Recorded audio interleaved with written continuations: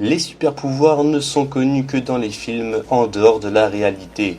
Seulement voilà, certaines espèces méconnues vivent parmi nous, avec des sortes de super-pouvoirs qui sont assez surprenants. Dans cette vidéo, je vais vous montrer 5 créatures fascinantes ayant des super-pouvoirs.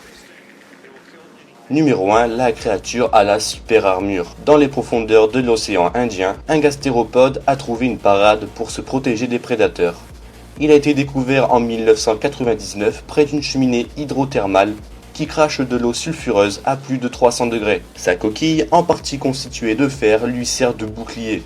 Sa cuirasse est composée de 3 couches. Une classique couche minérale en aragonite, une deuxième couche organique qui absorbe les chocs en cas d'attaque, et une troisième couche composée de sulfure de fer. Cette dernière couche peut se déformer, mais elle ne peut pas se briser, ce qui lui donne une invincibilité presque totale. Numéro 2, la créature à la super force.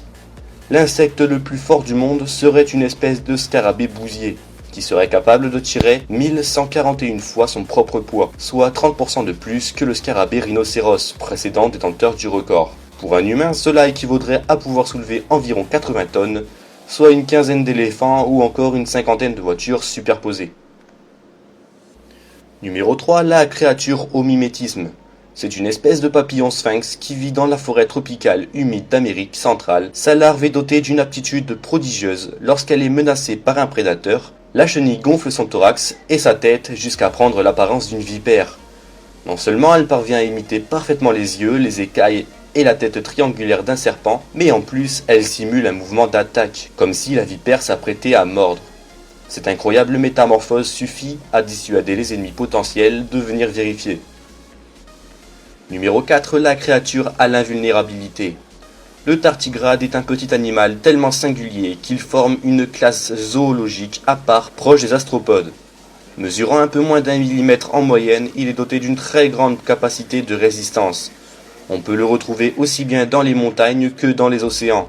Il est capable de résister à des radiations de 5000 degrés, soit 1100 fois de plus que le corps humain ne peut en supporter.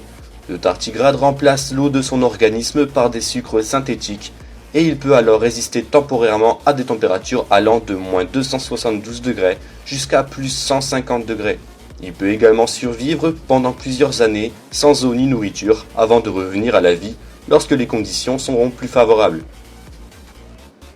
Numéro 5, la créature à l'immortalité.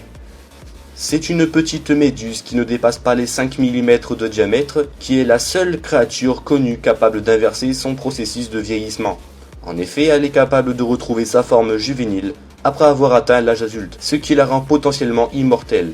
Originaire des Caraïbes, la méduse s'est propagée dans tous les océans de la planète, et du fait de son immortalité, les scientifiques redoutent que sa prolifération devienne incontrôlable. Mais pour les autres animaux des océans, elle reste une proie facile.